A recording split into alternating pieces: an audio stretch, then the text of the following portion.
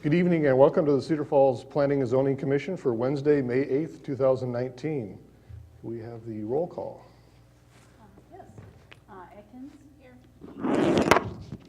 Hartley? Holst? Here. Larson? Here. Leeper? Here. Bordeaux? Here. Saul? Here. Winger? Here. Thank you very much. Our first item of business is the approval of the Planning and Zoning Commission meeting minutes from our April 24th, 2019 meeting. Is there a motion to approve or any changes? I do have a recommended change. Oberly is still in the attendance, and in each of the votes, Oberly is mentioned, but I think she just needs to be replaced with my name. Very good, yes. I would move to approve of those changes. Is there a second? Second. All in favor signify with aye. Aye. That motion carries. Old business, we have the College Hill Neighborhood Overlay District Site Plan Review, which is being deferred at this point. Is there any updates on that, Karen? Or We will be talking with the developer on that. The City Council at Monday's meeting did approve the College Hill amendments to the College Hill overlay. And so that was the request by the commission to defer that until the council had considered that ordinance. And now that they have, there's an opportunity for that to move forward for your consideration. So it should be on probably the next agenda, but we will be talking with the developer about that. all right, thank you. Under new business, we have our first item, Western Home 9th Edition Preliminary Plat. And this item I'm going to turn over to Vice Chair Leeper, as I have a conflict of interest on this one, so I'll be sitting out this item. Thank you, Marty. David, I think you're going to be kicking us off here. Thank you, Mr. Leeper. Yes, I'd like to present the Western Home 9th Edition Preliminary Plat. It's another phase of condos down at the South Main Street campus of Western Home.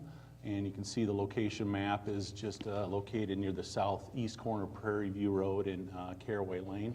It's in the MU district. Just kind of give a quick update on what's been happening down the Western Home South Main campus. You can kind of see as that area is developed, kind of starting at the northwest corner off of Main Street from the first and second and third editions. And then the fourth edition is, again, larger buildings, facilities down on Main Street, and then progressing over to the fifth and sixth edition there at the north end of Caraway Lane and along Prairie Parkway. And then the seventh edition is kind of the area along Prairie View Road. The eighth edition is their larger building, which is the Diamond Events Center, Jorgensen Plaza area. And this is actually the 9th edition, which is a replat of 18 acres of that southeast corner of the 7th edition. So kind of jumping around here, but we're going to focus on that corner area down along the west side of Prairie Parkway and south of Prairie View Road. So it's roughly 19 acres in area. So basically, just kind of a layout of the lots here. We're looking at 18 lots for the continued development of those Western Home condos and villas, as you see on Shooting Star and Sweet Basil Lane there on the north side of Prairie View Road. We got some more public streets included in this 9th edition. Caraway Lane. Currently, Caraway Lane does extend south off of Prairie View Road approximately 200 feet.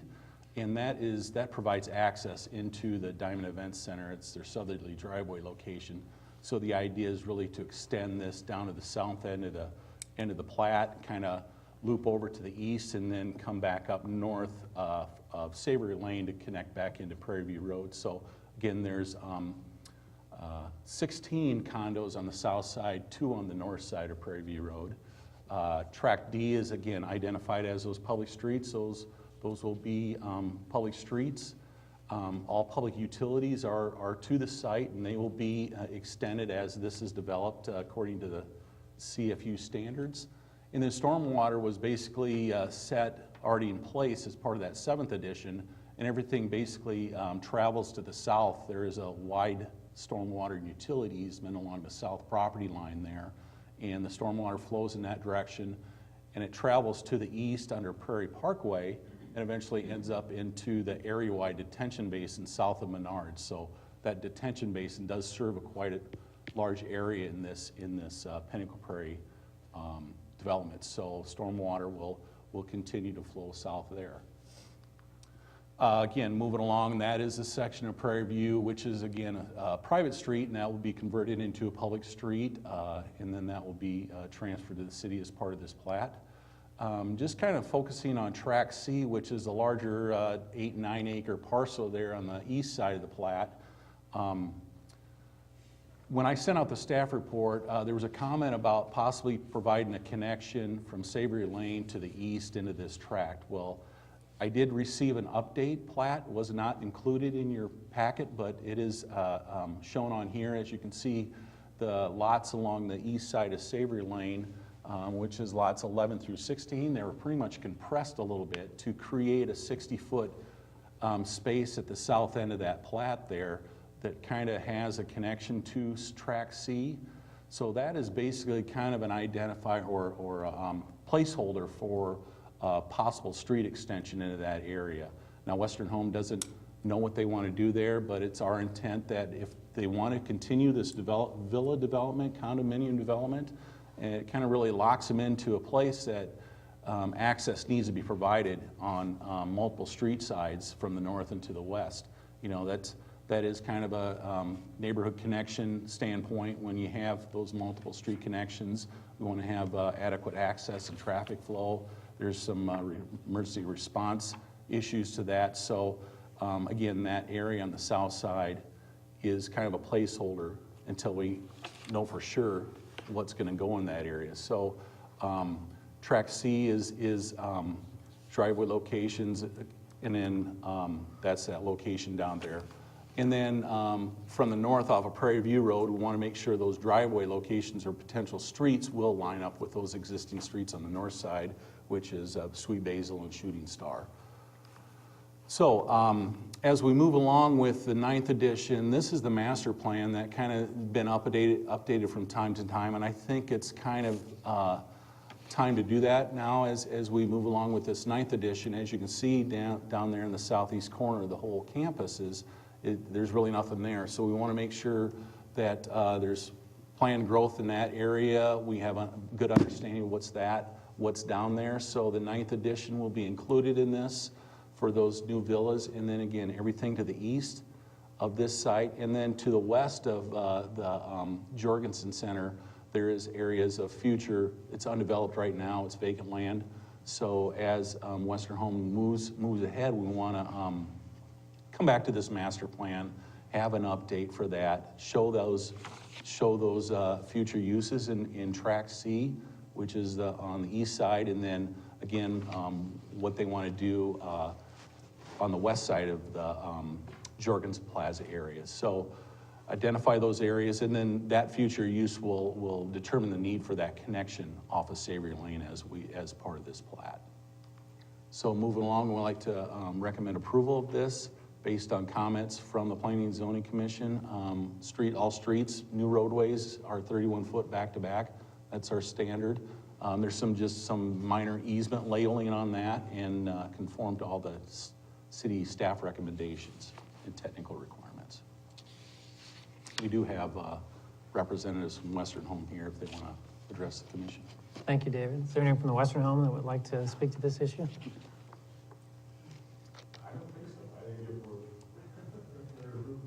I'm certainly going to answer any questions. Okay, great, thank you. Is there anyone from the public that would like to comment on this project? Okay, we'll close the public comments. Commission discussion? Question, David, this is an initial review, or is this for approval tonight? Well, I think it's a replat of the 7th edition, and we kind of did a lot of those preliminary issues back then when that went through. I think our big concern was addressed based on this new change for that Tract C coming over to Savory Lane. So again, there's that reserved spot for potential street off there. I think it's our recommendation to move ahead, if Karen has any comments. Yeah, I would just comment that we would like to have a little better labeling there, if that's, since we just received that update to that, just before the meeting. So if there's a reason to, we could defer this until the next meeting so we can get those items cleaned up on the plat, and make sure it's all ready to go to council, unless you just want to have a conditional approval of that so we can clean it up before, that would be fine as well. But I think there's some understanding of what needs to occur as far as labeling on the plat for those items. Would the applicant like to speak to that? Yes, please. Name and address. Chris Hansen, Western Home Communities, 5307 Caraway Lane, CEO. To that end, yes, we just closed on the 23rd of these that are already pre-marketed. So the sooner we could get going, the better off we would all be. I think we'll have the 24th one spoken for tomorrow, and that's using up 15 of those 16 lots in different array. So it would be great to get that going. And Bill? Just a couple of things. I'm Bill Clausen Engineering, 2705 University Waterloo. And the changes that we're talking about are very, very minor. And we can have the plat up to David tomorrow morning with the labeling that talked about. All right. With that, bring it back to the commission. Comments? I would move to move ahead with approval of this with that, so long as the conditions of the labeling are met to the staff's satisfaction.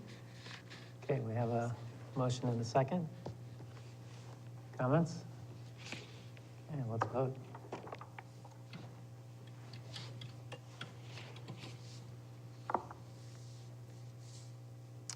All right, looks like we have 6 ayes, and the item passes. With that, I'll Thanks, give it back Brad. to you, Marty. The next item of business is site plan review for the All Smiles Dental Clinic. And David, you're going to introduce this project. Thank you, Mr. Holtz. This is a PO1 district, professional office 1 district site plan review for All Smiles Dental Clinic in the 1000 block of Hudson Road. And this is the last lot of this development, which is part of the Schofield-Stevenson plat that was created a few years back and started with a chiropractic center there in the middle. And then a couple years ago, we had another orthodontics office on the south end. So dentist office is going to be located on the north side on lot 2. And we want to look at some of those details on the site plan as part of this review.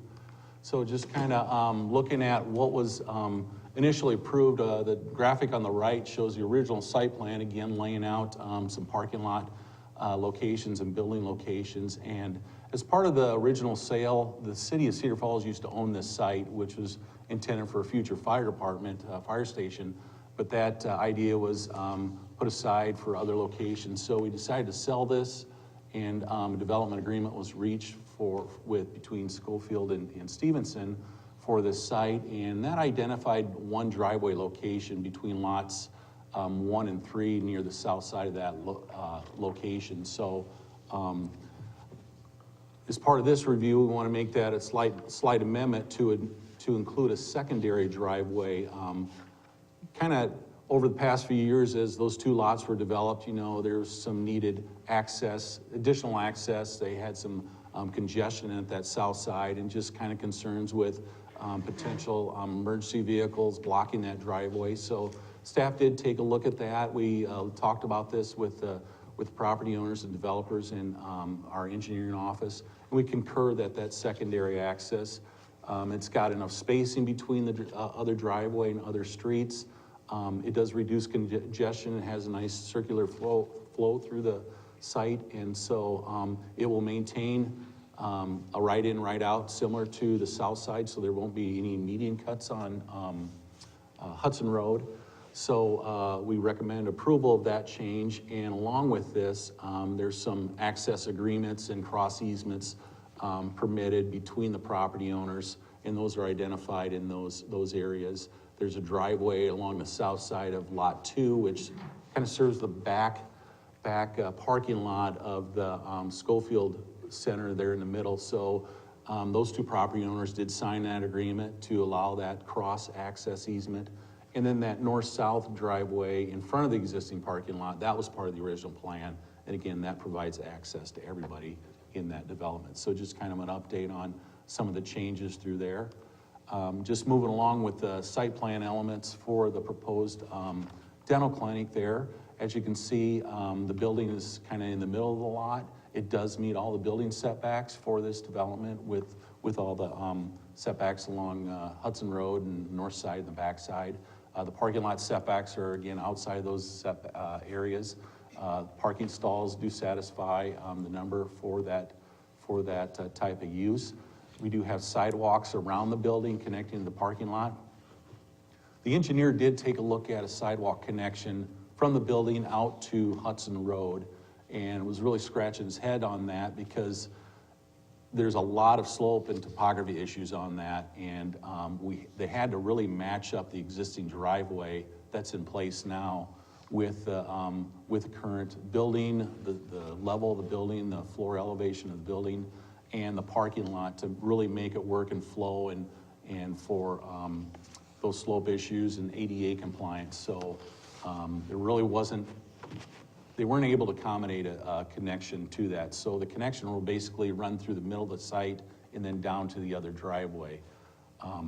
Another component of this, originally, the idea was to put a 10-foot wide trail, recreational trail along the front of those three lots, and that was part of the original agreement. Well, we have a trail on the other side, and the city is coming in this summer to put that sidewalk in. It's gonna be a 5-foot sidewalk.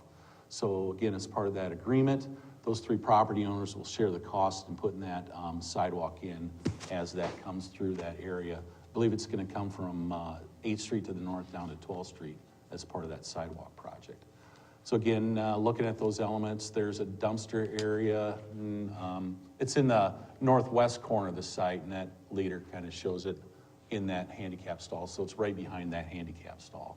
And that dumpster is just gonna be a 8-foot wall brick enclosure, kind of to match the materials on the building. These are the landscaping specs for the site. It shows a mixture of trees and shrubs and plants around the site. We have we meet the required points for this property in the lot area, the open space, and that does not include setbacks. So the setbacks will be open space, and they provide additional open space over the minimum requirements, as you can see. It's 10% required. They're looking at 14% of that site is open space. Again, they meet the street tree requirements, the parking lot trees, the perimeter trees along the parking areas, so you can kind of see some nice hedge of trees along the front of the east lot and along the back side of the west lot, which faces those residential properties in the back. And then just a comment for that central driveway and parking lot.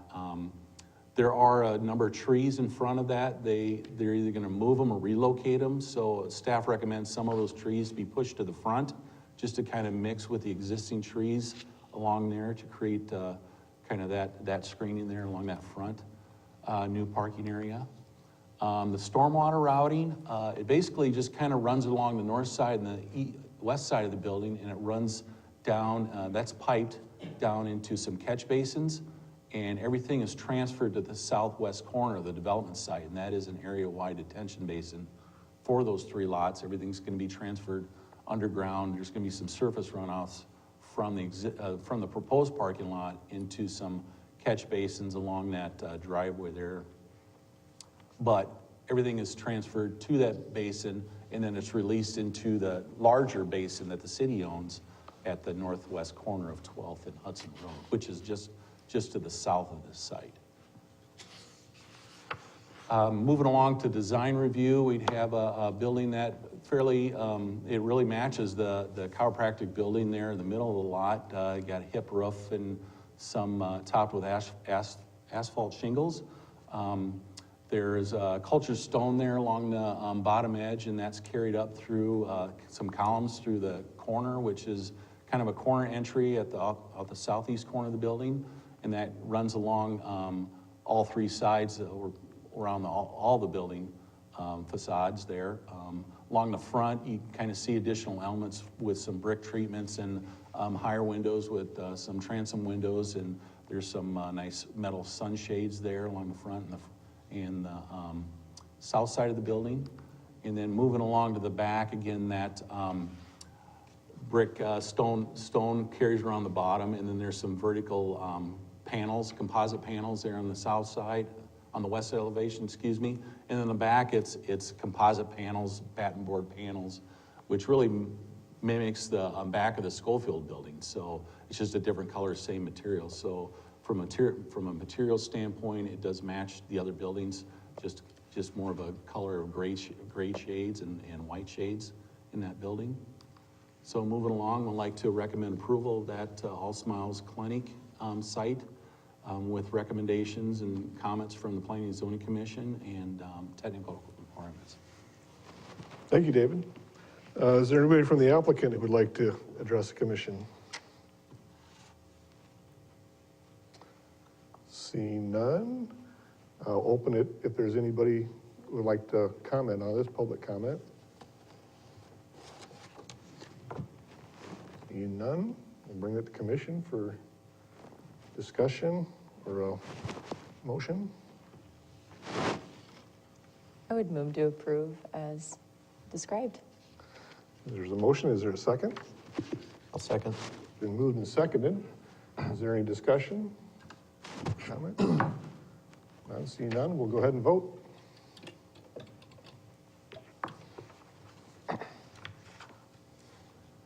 And we have all ayes on that item, so that carries, passes. Our next item is MPC site plan review. And Iris, you're going to introduce this item. Yes, thank you, Mr. Holst. So the new owners of 5601 University Avenue are proposing to build a new 24 by 36 detached storage shed in the property's rear yard, as well as modify the existing parking lot layout to accommodate a driveway to... Excuse me. We need to Okay. maybe have a recusal. Yes, or- I need to recuse myself from this item.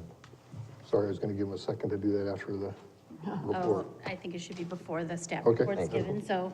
storage shed, as well as a driveway connection to that shed, which will disrupt the current parking lot layout for that business. The proposed modifications would serve the new business that is locating into this site, lab design, or design lab. The property is one out of 5 properties located directly east of the shopping center Black Hawk Village in the MPC Major Thoroughfare Planned Commercial District. So the MPC district encourages a mixture of residential, institutional, professional, office, and commercial uses.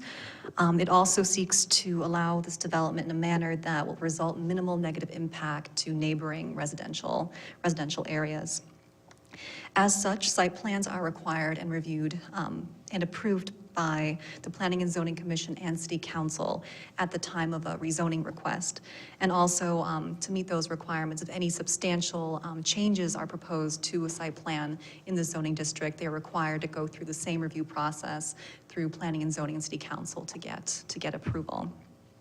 So the proposed changes do follow those, or fall into those substantial changes, and so that's why this proposal is in front of you here today. And then just as a note, this property was rezoned from residential to MPC in February of 2016, so you may remember the layout. The image here is what was approved at the time, as well as what is there currently. Here's an image of the submitted site plan for the proposed project, as well as a visual of that proposed storage shed. The MPC district requires a review of all items listed here on this slide, and I've checked the ones that apply to this review. Again, the MPC emphasizing that any construction or work in the area should blend in with the neighboring neighborhood, so residential feel. So that's really the emphasis in this review. So what I'll do is I'll quickly go through each of those checked items and how they pertain to this case. So Design Lab is a professional office with a showroom that specializes in redesigning kitchens. This use does fall within the permitted uses of the MPC district, and a storage shed is a permitted accessory use, so that item is met. In terms of parking, based on the proposed use and size of the space, 6 parking spaces would be required for the business that's moving in.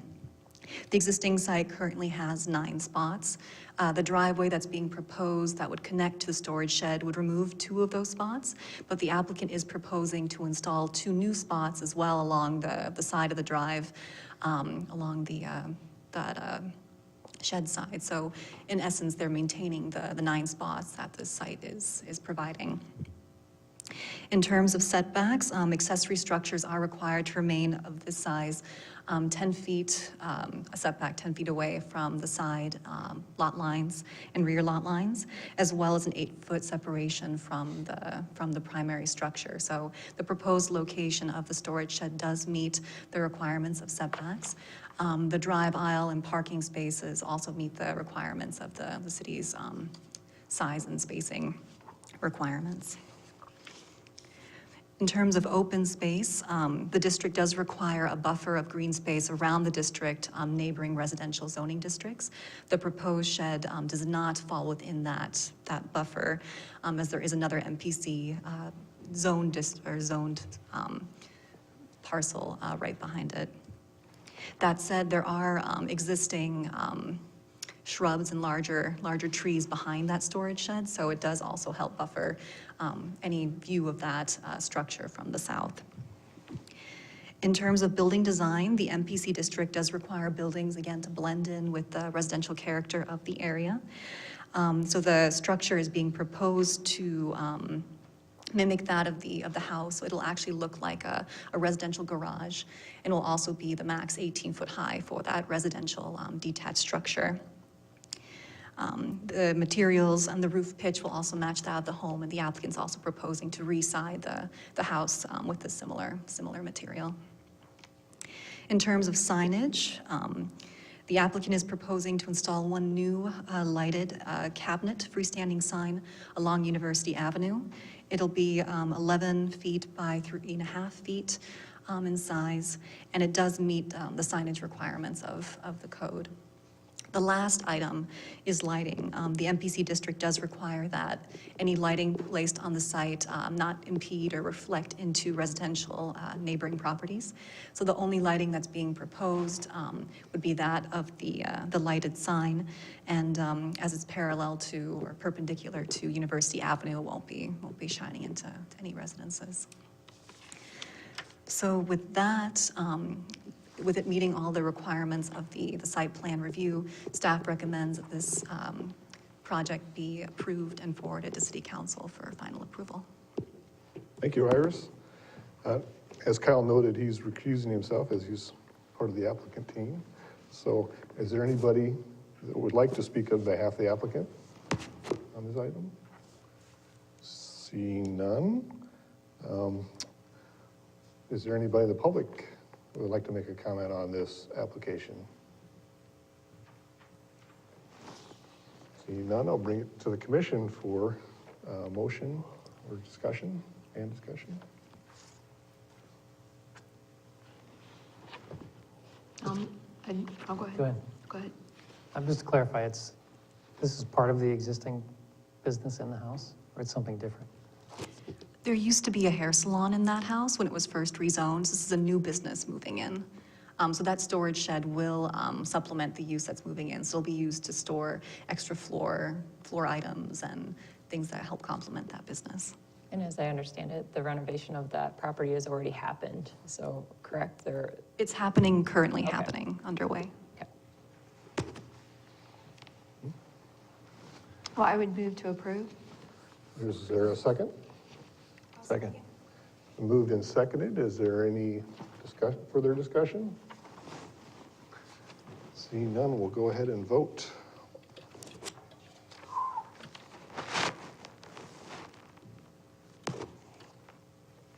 We have all ayes except for 1 abstention.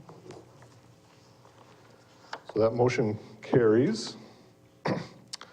Our next item of business is a rezoning request from R3 to C2.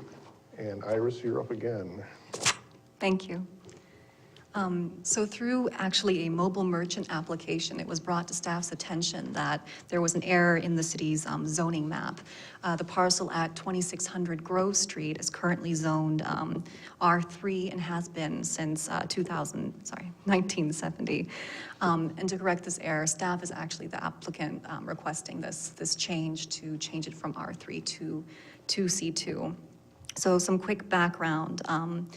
The property was zoned R3 in 1970, but the structure that currently stands there is a pole-frame metal warehouse that was built in 1969, so a year before the zoning code was in place. As you can see, the C2 district follows that, the south side of that lot is directly next to it. And that current metal warehouse that was built does service the businesses to the south. The zoning district that it's located in, the R3, does not allow for larger storage sheds to be a primary use. So it's a legal non-conforming use since it was in place before the 1970 code. But in the C2, it would be a conforming use. So staff, since it was in place before that time, staff can only assume that an error was made when those boundaries were determined. So that is why this request is in front of you today, to kind of clean that up. So when considering a rezoning, there are really three things that need to be considered. One is if the zoning request is consistent with the future land use map and the comprehensive plan, and it is. Here's a plan that was adopted in the 1990s, and it does show the area highlighted, or I guess circled in yellow as a part of the commercial corridor. So rezoning it to C2 would be consistent with the future land use map and the comprehensive plan. The other two items are talking about accessibility and ability to develop that site. So it's already developed, so it does have access to all utilities to that site, and actually can be accessed from two major roads from East Searly, as well as University Avenue from the north and south. So accessibility to the site isn't a concern. And then just for a note, the site is about 0.4 acres in size, so just under half an acre. So today, we're really just introducing the item, and we're asking that it be discussed and that the public hearing for the rezoning be held at the next meeting, and then the vote on May 22nd. Great. Thank you, Iris. Is there anybody from the public who would like to comment on this item? The other thing that I would note for this is the reason this came to our attention was the current property owner had wanted to make some improvements to that property, and it came to our attention through that request. Not always right in the Search world, for, and obviously it looks like it's hard to tell what happened back in 1970, but clearly has always been a commercial property, and so probably is an oversight on the zoning maps. Yeah, I mean, it certainly looks like it's just a simple, like, oops, line got drawn wrong originally. Is there any commission have any questions or comments? It's like a pretty obvious change. So this will be back next meeting then for a public hearing and hopefully approval then. That's the plan? That's correct. All right. Any other comments on this item before we move on? Okay. All right, well, we'll see that next meeting. The last item of regular business is a Highway 1 District Site Plan, and this is one that I'm going to have to recuse myself on, and in fact, I'm going to turn it over to Vice Chair Leeper. I'm going to have to take the unusual step if I'm going to step down from the board up here, because there's one of the architects on the project, the only one available to talk about this today, so I will be speaking on the applicant's behalf for this item, so I want to make that very clear. So, Brad, it's all yours. All right. Thank you, Marty. So the Highway 1 District Site Plan, Shane, I believe you're going to kick kick us off on this one, right? Correct. Thank you, Mr. Leeper. What we have today is Highway 1 District Site Plan Review at Lot 2 of the Gateway Business Park at Cedar Falls. This lot is at the northeast corner of Hudson Road and West Ridgeway Avenue. This Lot 2 was a part of a two-lot plat that was platted back in June of 2018. You can see Lot 1 to the north is where a current Holiday Inn and Suites Hotel and Conference Center is being built right now. And then there is a stormwater detention basin tract right in between Lot 1 and 2. So what we're looking at today is just the site plan introduction for what's considered Lot 2. It's about 4-acre lot. Just going through some of the things on the site plan. There will be two entrances to the site. One of the main entrance will come off of Cyber Lane at the northeast corner of the property. And then there will also be a secondary access via a 65-foot wide access easement along at the northwest corner of the property. There's an easement that's provided from the Holiday Inn site, the Lot 1, to allow access to this site as well. You can see the site layout. There is a proposed restaurant on the west side of the property. It will be a DQ Grill and Chill restaurant. And then the other building on towards the east side of the property will be a combined convenience store and an auto service station with 6 service bays. And then in the middle there will be gas canopies. I believe there's 16 gas fueling stations there. One of the things, this is zoned Highway 1. The restaurant and the convenience gas station are permitted uses within the Highway 1 and the Highway 20 overlay district. An auto service station is considered a conditional use within the Highway 20 overlay district. And within the Highway 20 overlay district, one of the things that the ordinance wants to look at is to make sure that that use is offset from the main thoroughfares such as Highway 58 and Hudson Road.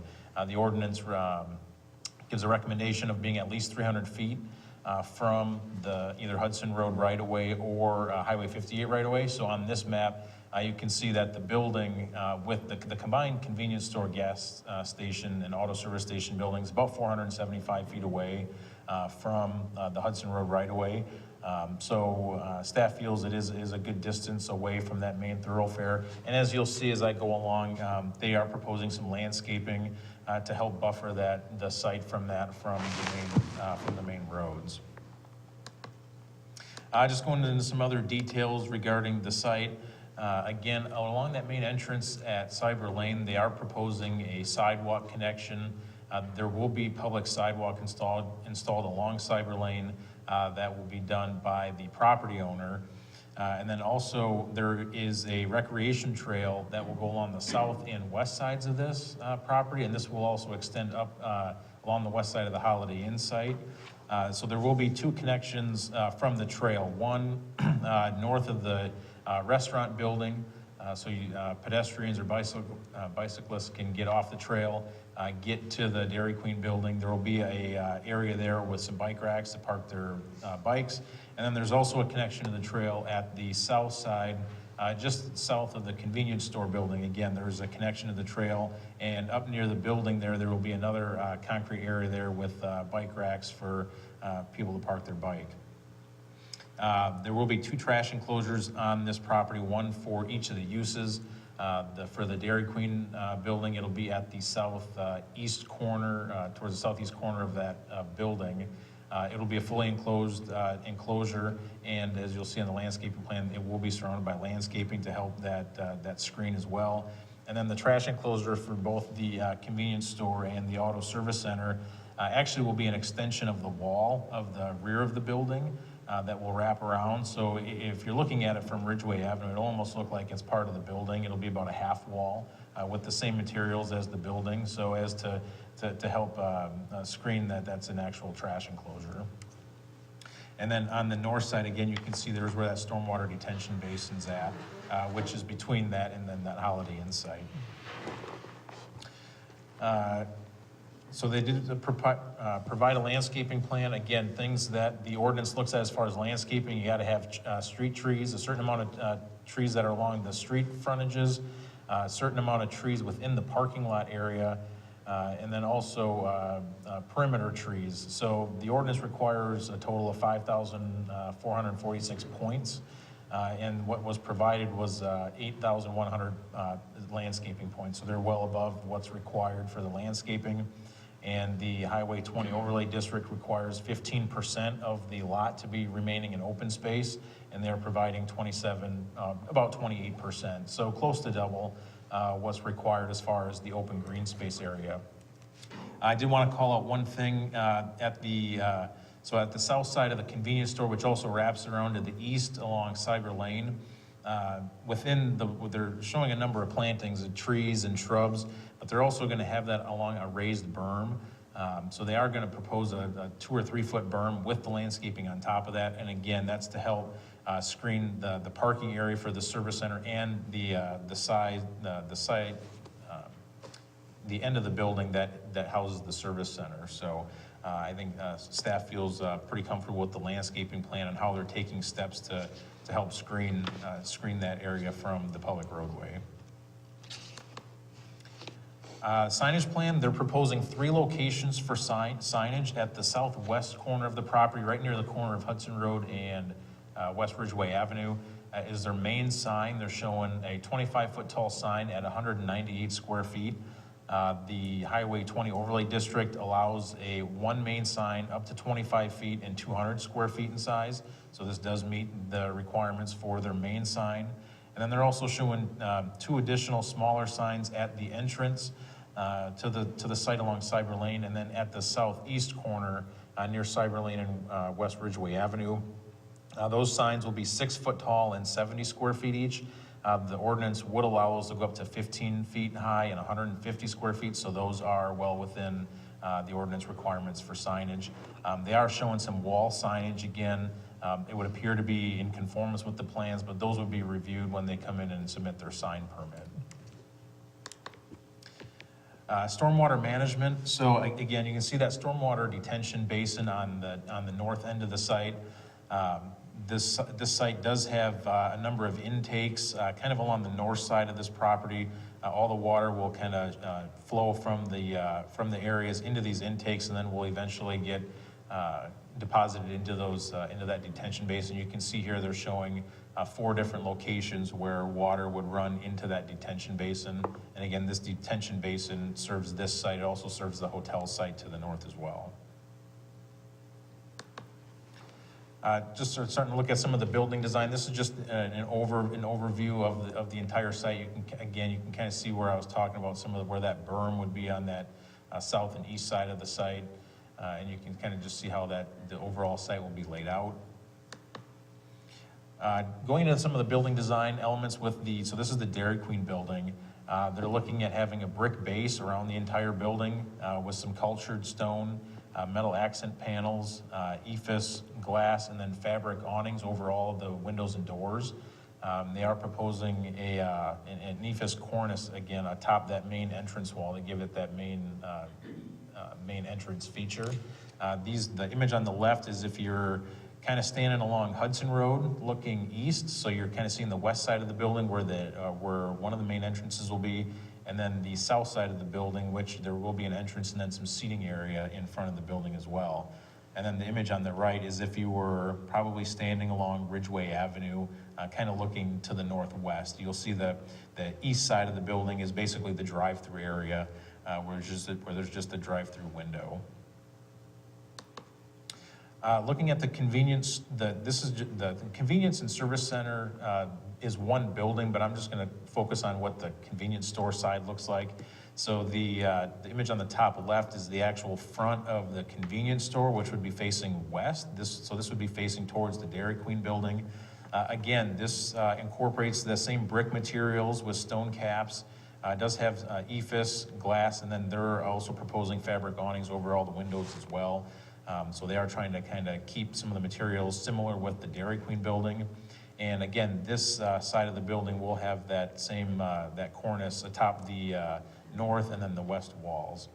And then the image on the bottom right would be the south-facing side, which would be facing Ridgeway Avenue. You can see there's that area there with the bike racks that would have that sidewalk connection to that trail along Ridgeway Avenue. One of the things that staff would like to point out, along that south side of the building, they're not currently showing any cornice feature along there. They're just kind of showing with the flat roof. I think it would be staff's opinion and would like the commission's feedback on that. You know, we would like to see that cornice feature extended along that south side. You know, it's along Ridgeway Avenue. It's a pretty busy street. I think that would really help tie in with that to wrap around that south side. You know, they're going to have some trees and some buffering, but I think staff's opinion is that would add to the design characteristic along that south side as well. And then getting on to which would be the east side of this building, which is more of the service station, the auto service station. This image on the top left would be the main entrance to the service station. So this is actually facing north. And again, you can see the brick base, the brick covering the entire entrance area, and then the brick features along the corners with those stone caps as well. And again, you can see the fabric awnings over the windows. And then this side, again, has the cornice along those entrance features as well. And then the image on the bottom right is the east-facing facade, which is basically just the 6 service bay doors. Again, they got the brick in the corners to match the rest of the building. And those doors look like they're mainly glass overhead doors, so they appear to be pretty nice doors for overhead doors.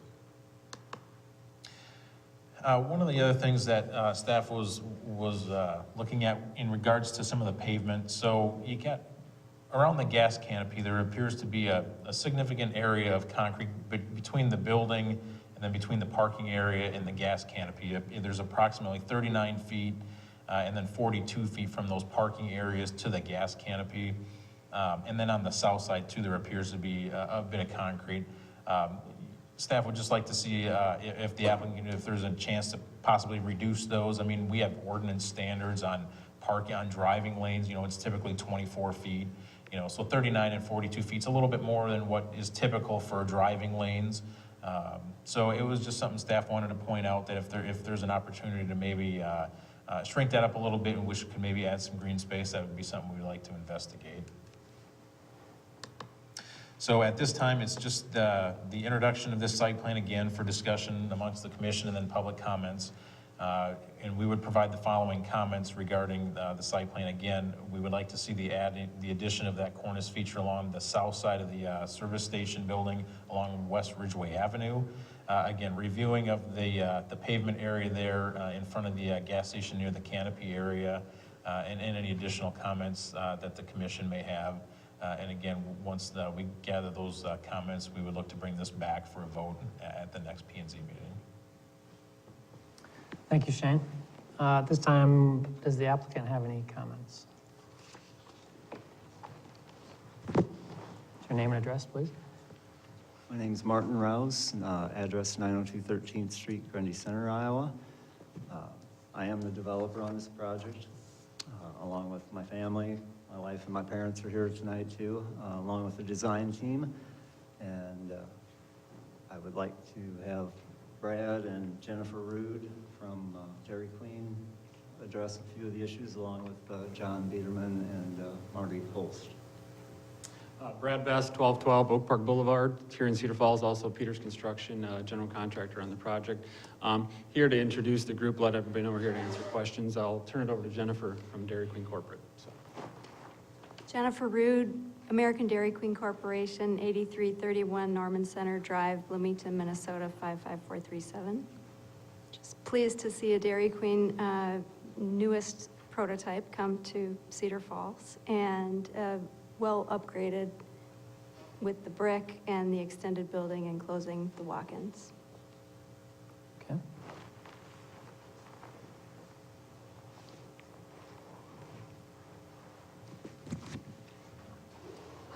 John Biederman, civil engineer, West Union, and worked on the site plan for this project. Just wanted to address a couple of the items that were brought up and were in your packet.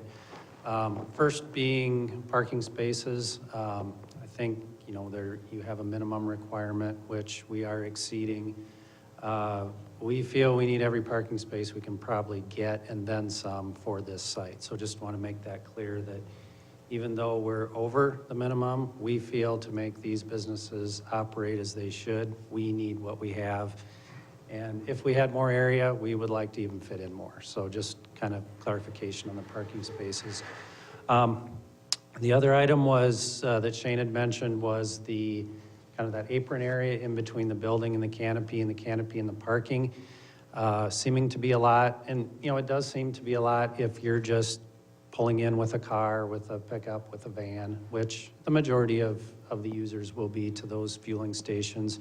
But a fair amount of people are pulling a trailer, whether it's a boat, whether it's a car trailer, whatever. And to try to maneuver in between the building, between the fueling station, pulling a trailer when there's cars parked on both sides, I speak from experience, it's very difficult. And it's uncomfortable to try to pull that larger vehicle in. So we try to build in some space in those two areas for those other vehicles that are common, that we all have. So we feel it's adequate. We can look at, can we maybe reduce it a touch? But to be honest, we feel that's where we need to be at with the type of vehicles that we think will be here and the type of vehicles that you really see anywhere at a fueling station. The other area, Shane, if you want to flip back to that, just to the south of the fueling station, where the oval is there of the large area, that will be the underground storage tanks. So we don't have those perfectly sized yet, but we want to make sure we have enough space for the underground storage. Typically, those are under a paved area. And the other thing, we're expecting, we could have some larger vehicles, a bus, whatever, that brings people to Dairy Queen, to wherever. And where are we going to park those? Well, that's a perfect place to pull those in. They've got some room to park there and not interfere with just the general traffic flow to either the fueling stations or the convenience store. So we do have a reason. It does look like a lot of space, but I think we feel we have a good reason to have what we're showing. And if we were tight on open space, that's one thing, but we're pushing twice what we really are required as a minimum to have there. A couple other things I want to mention, Shane, if you want to pull that site plan back up. The parking area to the east, so the far east, so east of the service center, we have 30 spaces shown in there. At the north and south end, you'll see we have a landscape island. Per the city ordinance, if we have, I believe it's 21 spaces or more, we need to have some type of an island for open area, green area. I just want to point out that by adding those 2 spaces in, we actually decrease the overall open space. Reason being, we added in that width for those islands, but to get the driveways on the north and south, we had to widen a longer area to get that in. So we understand the requirement of having the islands. In this case, we would like to eliminate the islands and actually gain back a little green space on the north and south. The other area is right to the northwest of the convenience store. You'll see there's a little no parking area. It's shown as green space. Again, we understand the need for green space and all of that. We feel in the daily operation of the convenience store, that may kind of turn into a disaster. You have people walking across it, in it. So ideally, we'd like to just do that as painted pavement, but would certainly like your comments on those couple of items. Any questions on those? Could you explain that last part one more time? Yep. That, where you're talking about that tiny corner? Yeah, Green. so we've got that small corner just off the northwest corner. Just concerned, there's a lot of pedestrian traffic, a lot of traffic in and out. It's a wonderful idea to have green space, I get that. Just concerned what that's really gonna look like, 5 years down the road, however. We're all familiar with high traffic areas and what they really look like. So, just kind of after your thoughts on that.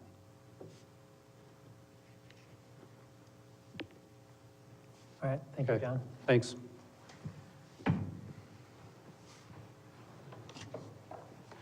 Marty Holst for AHTS Architects. Wanted to talk about the staff's comment regarding the cornice adding along the south side of the building. So I know it's done in the spirit of improving the looks of the building, getting more detail, that type of thing. The reason we have not shown a cornice along that side is the cornices are really kind of reserved for the areas of entry into the building, and there's no entries along that side there. The two buildings, the Dairy Queen has a franchise model which we've been working with, and we've done some upgrades to their basic franchise model in consultation with the staff. And basically that cornice came from the Dairy Queen model, and we've incorporated that then into the convenience store. So we like to keep that kind of theme that it's more related to the entries rather than running along the south side.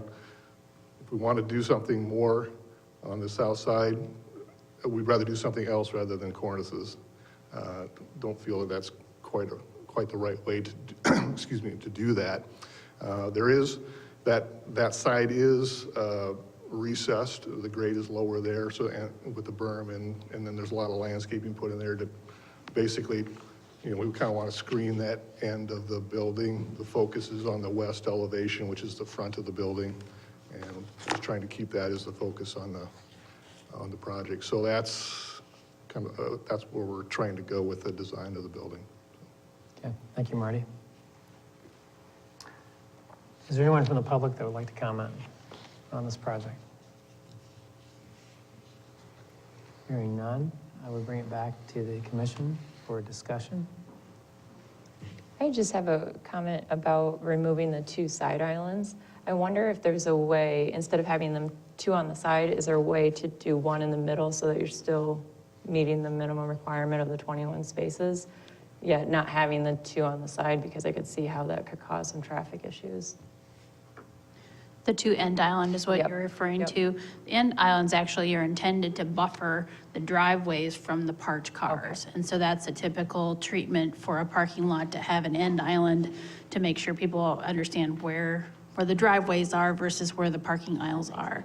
And staff had encouraged the applicant to, we felt that the number of parking spaces there for the service station, given that there's all the service bays, we looked at kind of the standard for that kind of a use. And they're exceeding the required parking for that. And so what we had suggested is that they reduce the parking there to accommodate the typical end islands. They've chosen to instead reduce the green space around it in order to incorporate the end islands. So that was, their choice to move that forward, to make that request. So that's the discussion that we had with the applicant. Okay.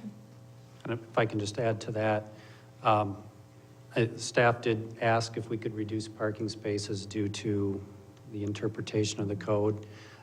Just in that kind of a business and with employees, we need that many spaces or more. Mm-hmm.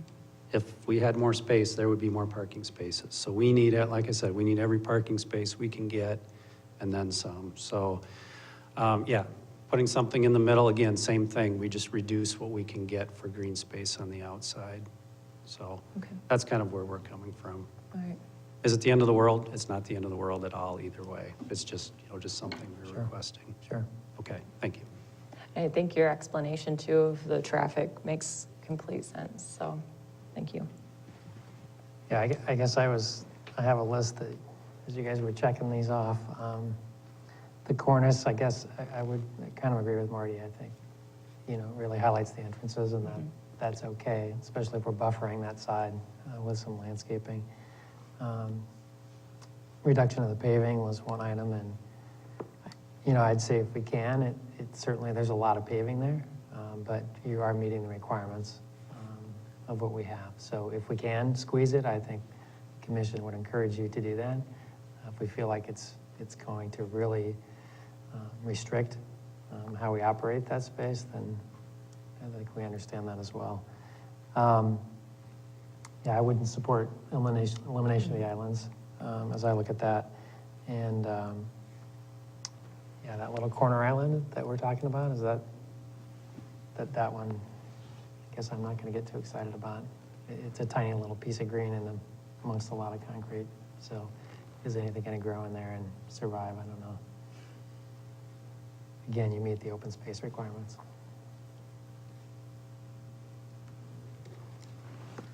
Just to clarify, is there a requirement as to the maximum for the paved area?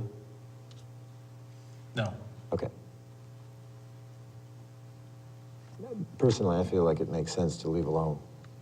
I'd have to look at the exact dimensions again, but given the proximity to Highway 20 and the RV dealership and everything else, there's going to be a lot different type of filling traffic than there would be at, say, Quick Star on College Street or something like that. I've gotten tangled up a number of times pulling a 30-foot boat around, and I would never go to Round Street Casey's for that, but a place like this I would. And if it's going to be as busy as they think, I would agree with the additional cushion and padding around that filling area. While I'm talking here, I guess I'm kind of impartial on the parking lot islands, but if that is a requirement, I don't know that we have much flex on that. The cornice thing, I'm fairly impartial on that as well. I agree with the thinking of not attracting attention to what is essentially just a side of the building masked by some larger trees. Without seeing the other corner of the building, you know, the only thing I could see to maybe dress up that corner a little bit more would be to extend the cornice past that first awning where where the bike parking area is. But it's just a thought. I don't think that would affect my support for the project.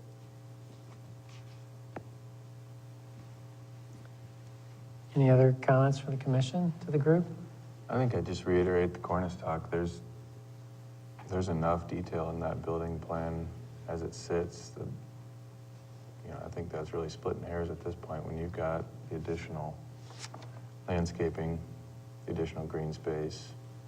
And when you look at the open space that they said they may request to be shrunk, you are gonna have a fuel truck going through that area too. So at that point, you know of one truck that is gonna go through there at a constant, you know, traffic pattern. You're gonna have a fuel truck that does need to traverse through there, and there will be cars there, there will be people there. I think the extra buffer is probably a good idea in all reality. I guess I would ask the applicant, is that enough feedback to come before the commission at the May 22nd meeting? Yeah, thank you for your consideration. I will point out Dairy Queen, we're actually under their recommended parking stalls for their national studies. So we're trying to work with what we got, use overflow at the C-store as well for that, so. Okay. Thank you. So this will come back before the commission on the 22nd, correct? All right. You want me to keep going, Marty? Or? Are there any commission updates? I wanted to mention, I know parking is a hot topic in the community, and this city has a consultant that's doing a parking study in the College Hill neighborhood right now. The first sort of introduction of some preliminary findings will be presented on Monday, this next coming Monday, from 6 to 8 at the Center for Energy and Environmental Education at UNI. So all are welcome to come and hear that first presentation. I just note that the consultant then will be back, again, similar to what was done for the downtown study, will be back to present the final, parking counts and all the information at a subsequent meeting.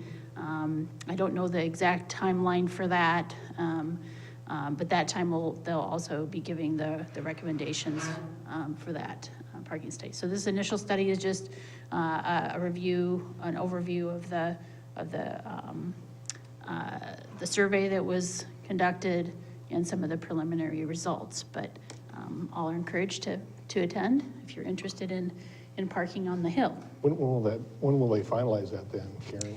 I'm not sure the exact timeline for the final report and the final presentation for the public, but I will certainly give you another update at your next meeting when we find out more details.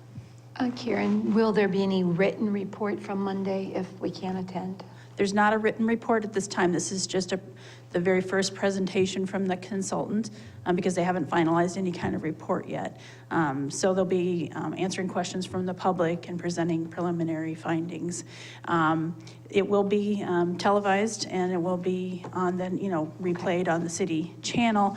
It'll also probably be on the city's website. So if somebody can't come to the meeting and wants to watch it, subsequent to the meeting, it should be available there for people to watch. I also noted that in the scope, it says the study will also include a parking impact analysis of the mixed-use project currently being proposed.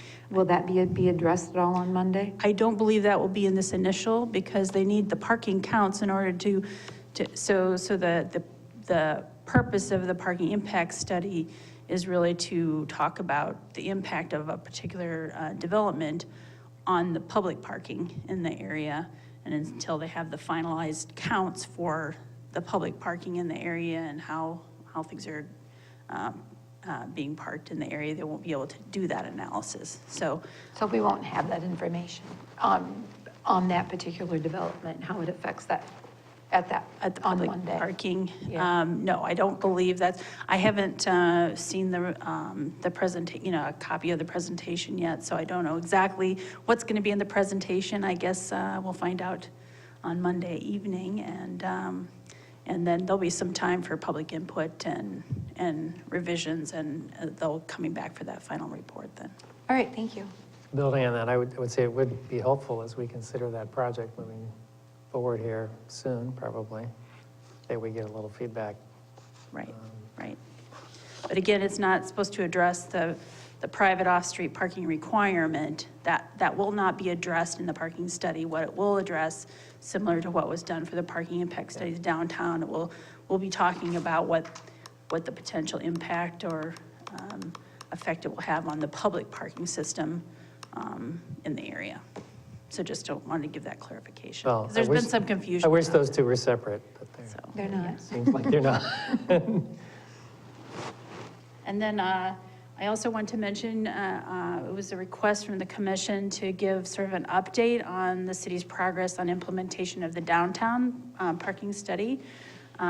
So Tara will be coming to the next meeting and give sort of an informal presentation about, the recommendations that were in the report from the consultant for the downtown study and what the city's doing to implement those short and long-term recommendations of that. So it should be on your next agenda. And then finally, I want to just give a shout out.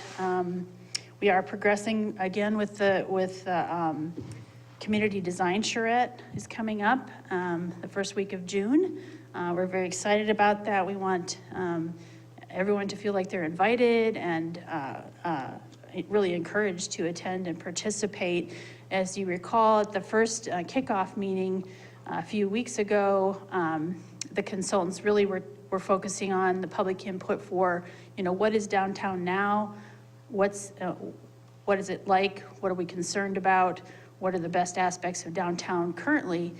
This next part of the project will really be talking about the future of downtown.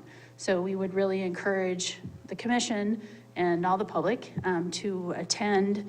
There'll be a big community meeting June 1st. That's a Saturday from 9 to noon at the Cedar Falls Community Center right next to the library. And there'll be a lot of hands-on activities for people to get their hands dirty and really think about the future of downtown. So we want to really encourage the public to attend that event. And if I can just interject, to clarify, the study area doesn't just include the downtown corridor, it does go into residential districts and areas around it. So it's talking also about growth of downtown, where do we see it, where do we not want to see it? So it's not just what we've looked at in the past, that Main Street strip, it does go out a lot further into residential neighborhoods. So hopefully we'll be looking at, too, the residential types of houses and things like that as well. We want to see what we don't, density-wise. So it's going to be a broader discussion. Thank you. Entertain a motion to adjourn. So moved. Second? Second. Moving to second. All in favor signify with aye. Aye. We are adjourned. Thank you, everybody.